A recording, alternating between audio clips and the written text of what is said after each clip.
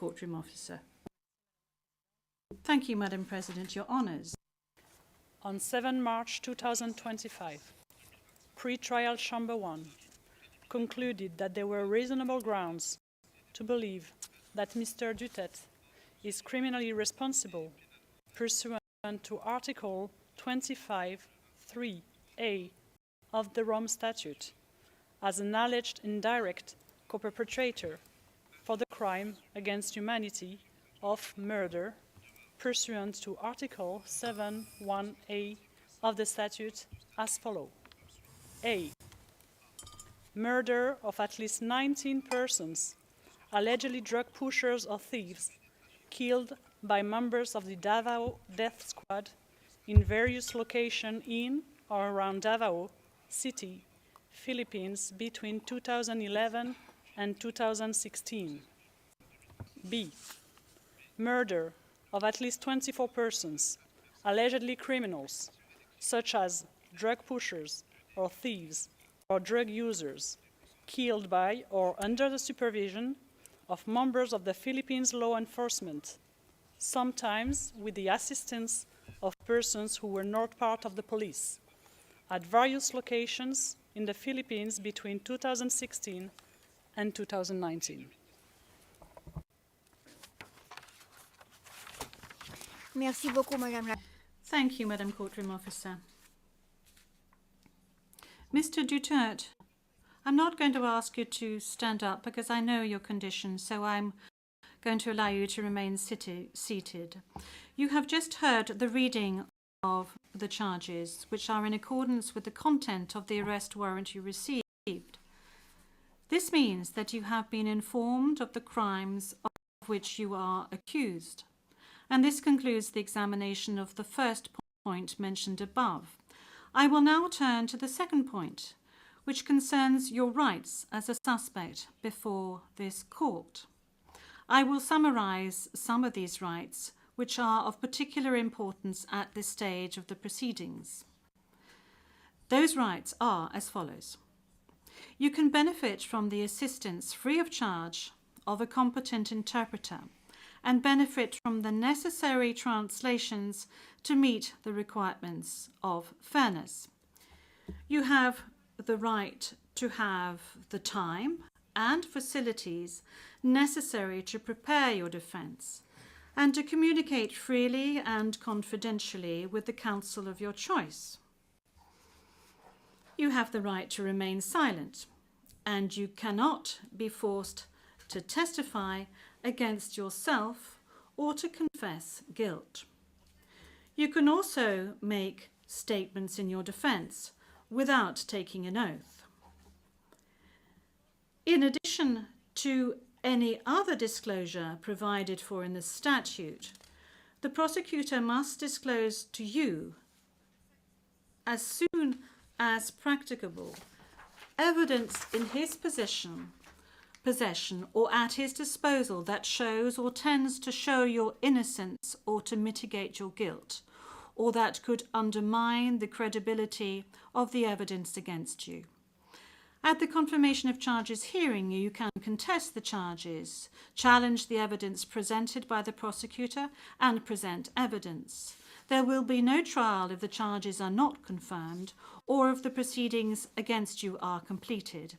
You have the possibility to make an application for interim release pending trial. And finally, Mr. Duterte, you have the right to be informed as soon as possible and in detail of the nature, cause, and content of the charges in the language that you fully understand and speak. Counsel, have you understood? Yes, we're listening, Ma'am. We're listening, and before it ends, may we be allowed to present a manifestation on the circumstances behind the delivery of Mr. Duterte in this chamber.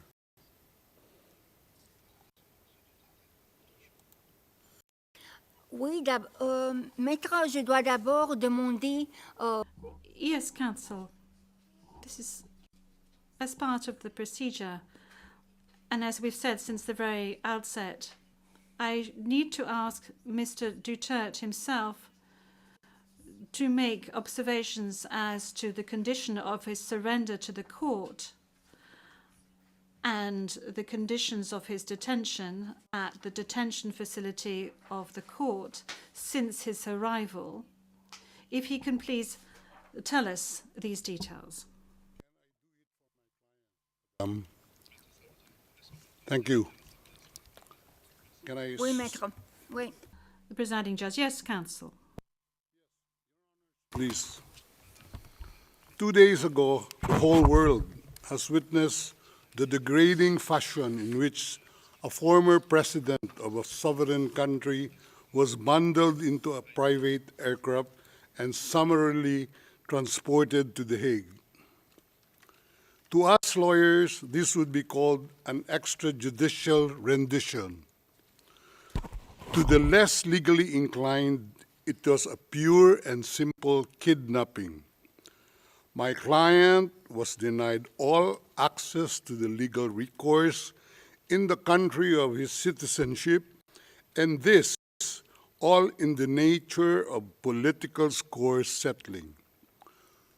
Two troubled entities struck an unlikely alliance, an incumbent president who wished to neutralize and choke the legacy of my client and his daughter on the other hand, and a troubled legal institution subject to delegitimization and desperate for a price cuts and a legal show today on the other hand.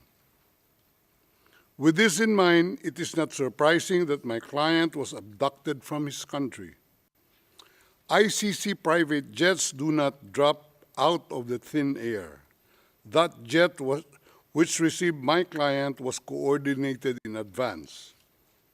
The UAE is not a state party to the ICC and has no obligation to cooperate with the court. Yet my client sat in transit in that country for more than 5 hours. I invite the registry's representative to present today in court to explain to the judges exactly how they believe this transfer was anything other than a gross abuse of process. Given the precipitous arrival of my client, an elderly man with debilitating medical issues, hard of hearing and poor of sight, he was taken to a hospital for observation. Only this morning have I met him for the first time with less than an hour to discuss legal issues. I have not been able to present him with a hard copy of the arrest warrant because we were not supplied with such. I have not even been able to explain to him what the prosecution requested when seeking the issuance of the arrest warrant. This is because the chamber only established a redacted version of the prosecution request last night. Other than to identify himself, my client is not able to contribute anything to this hearing. Most importantly, he is not able even to tell you that he has been informed of the charges as contained in the arrest warrant for a reason more pertinent to which I alluded in my written request to this honorable pretrial chamber this morning, and which is confidential in nature. Accordingly, I repeat my respectful request, which was rejected this morning, to postpone the substantive aspect of this hearing to the next week, when I will have the opportunity to sit with my client and to explain to him what a confirmation hearing is and what the disclosure is, and how the prosecution alleges that he committed crimes. I thank the court for its attention and regret to say that I do not have instructions to continue my submission any further today. Thank you.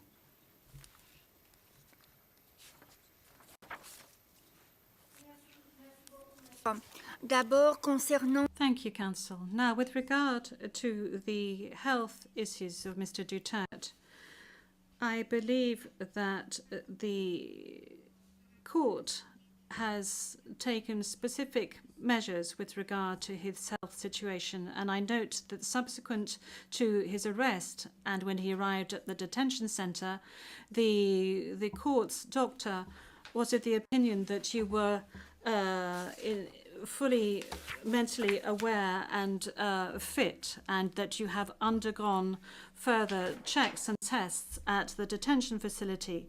And when you broached health matters, that's saying that you were not able to come to the hearing, the doctors who consulted with you were of the opinion that Mr. Duterte was not in a position to come to the hearing physically, but that if he gave a written permission, he would be able to take part via video link. Now, that is with regard to the health matters that you just mentioned. They are very important, especially concerning the matter of age. Now, with regard to the rights of Mr. Duterte, we have before us the registrar's or the registry's report that says that Mr. Duterte has been informed of his rights, including Articles 66 and 67 of the Rome Statute, and that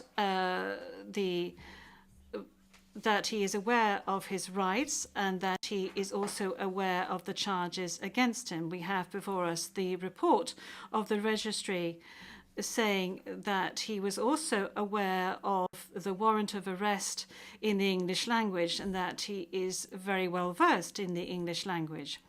Once again, you have the possibility of these charges being read in English, which was the case today. I have read to you in the French language the rights that he has, Mr. Duterte, before this court, and I'd like to specify once again that this is an initial hearing in order for Mr. Duterte to be aware of his rights and the charges against him. And then there will be a full procedure that will unfurl leading up to the confirmation of charges that will enable Mr. Duterte to raise all the matters that you have just raised with regard to the warrant of arrest, with regard to the crimes committed, with regards to the charges and any other matters associated with his arrest and the matters of jurisdiction of the court. You have the opportunity to do this throughout these proceedings leading up to the actual confirmation of charges hearing. Now, Counsel, with regard to your request for another hearing to be held next week, well, your initial request, that was, this was not accepted by the court. Now, you have seen the two decisions of the court that have been disclosed to you, and you are aware of the fact that these two decisions were refused. And this is by dint of the fact that this first initial appearance hearing does not need much preparation, as I have said to you on a number of occasions. I am now going to move on to the third stage, which is to set the date for the confirmation of charges hearing. After assessing all factors, including the need for the parties and participants to adequately prepare, as well as Mr. Duterte's rights, including his right to be tried within a reasonable time, the date for the commencement of the confirmation of charges hearing is September the 23rd, 2025. I would add that in accordance with Rule 1217 of the Rules of Procedure and Evidence, this date may be postponed by the Chamber depending on the progress of the proceedings, either on its own motion or at the request of the prosecutor or the defence. Before concluding this hearing, I would like to inform the parties of the next procedural steps. First, I would like to recall that in accordance with Rule 1212B of the Rules of Procedure and Evidence, the Chamber holds status conferences to ensure a small exchange of information under satisfactory conditions. These conferences are organised either ex officio or at the request of the prosecutor or the defence. Secondly, a set of decisions will be taken in a timely manner to ensure that the proceedings progress smoothly and expeditiously. More specifically, I am referring in particular to a decision on the arrangements and procedure for the disclosure of evidence, and a decision setting a timetable for the disclosure of evidence in such a way as to ensure orderly and efficient disclosure between the parties. In this regard, the Chamber orders the prosecutor to begin disclosing today the information on the basis of which the warrant of arrest was issued, and to complete this disclosure no later than within the next 7 days. The Chamber will also issue a decision on the participation of the victims who, according to the statute of the court and to the extent permitted by the Chamber, are authorised to present their views and concerns at this stage of the proceedings. We have come to the end of Mr. Duterte's first appearance hearing. I would like to thank all the participants in this hearing, the interpreters and the stenographers. This concludes today's hearing.